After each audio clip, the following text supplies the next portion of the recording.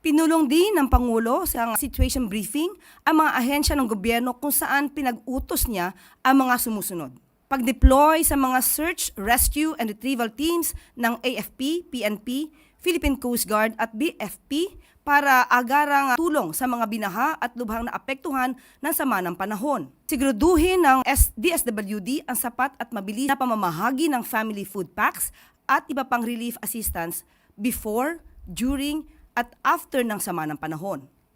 Patuloy na clearing operations ng DPWH at MMDA sa mga pangunahing kalsada na hindi madaanan dahil sa tubig baha, para naman masiguro at mas paigtingin pa ang pagkontrol sa pagbaha. Inatasan din ni Pangulong Marcos Jr.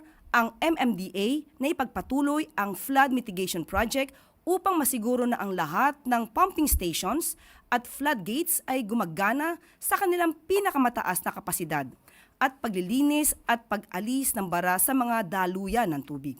Kabilang na din sa hakbang ng pamahalaan ang pag-update ng DPWH Flood Control and Drainage Master Plans para sa Metro Manila, 18 major river basins at iba pang critical principal rivers upang masigurong epektibo ang flood control measures. Binibilisan na rin ng MMDA at DPWH ang pag-update ng Comprehensive Drainage Master Plan. Binigyan diin naman ni Pangulong Marcos Jr.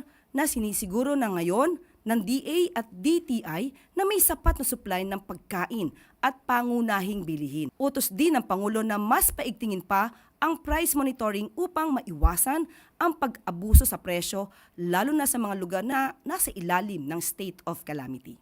Nananawagan naman ang Pangulo sa mga kababayan natin na patuloy na makinig at sumunod sa mga tagubilin at anunsyo ng mga lokal na pamahalaan upang masiguro ang kanilang kaligtasan sa oras ng sakuna.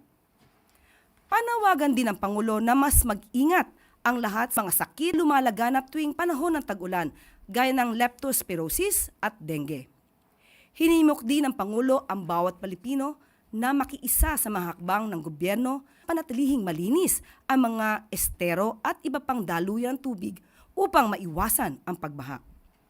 Lagi pong tandaan, ang lahat ay dapat na nagtutulungan upang maiwasan ang anumang sakuna dahil sa bagong Pilipinas, bawat buhay ay mahalaga at ang bawat isa ay may bilang.